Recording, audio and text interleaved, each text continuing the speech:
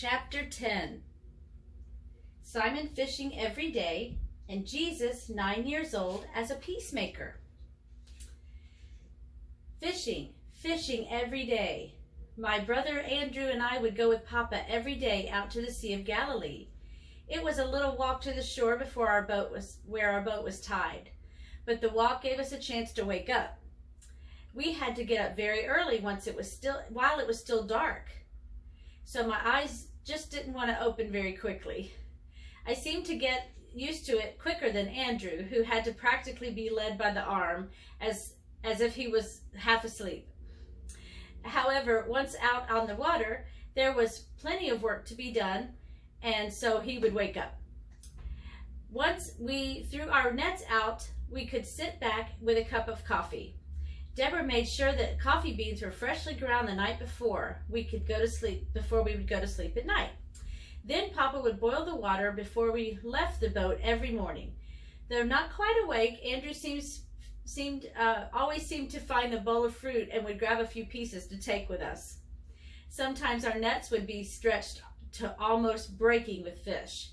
Other times the nets weren't so full. Either way, there were more fish than we needed for our family, so we took the fish to the markets in town and sold them every day. This is how we made money to buy other things that we needed, and people got fresh fish every day. Often we would arrive back home after a long day of fishing and selling, and Deborah would have our supper up on the rooftop, just the two of us. It would be so nice to sit up there, look out over the sea and the city, and just relax. Deborah and I would talk about our day and mend our nets.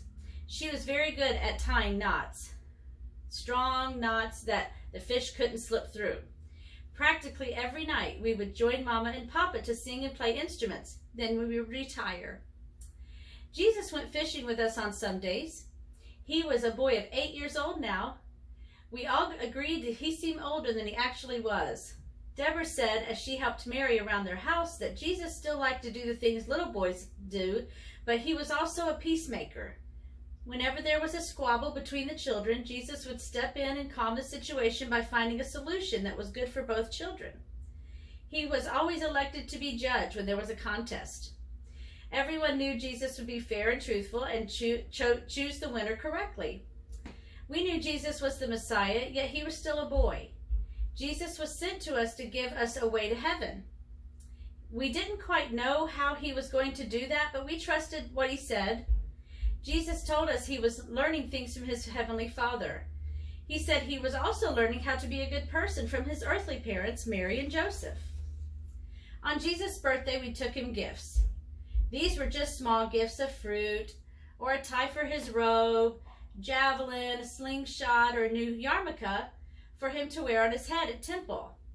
Then we'd go home and give each other gifts. This time, Deborah gave me a special gift, a special present. She announced she was going to have a baby. We all jumped up and hugged her and kissed her. Mama was crying with joy. Oh, there was so much to do, our very own child. We were so happy. That night I prayed by my window. I thanked God for our precious gift.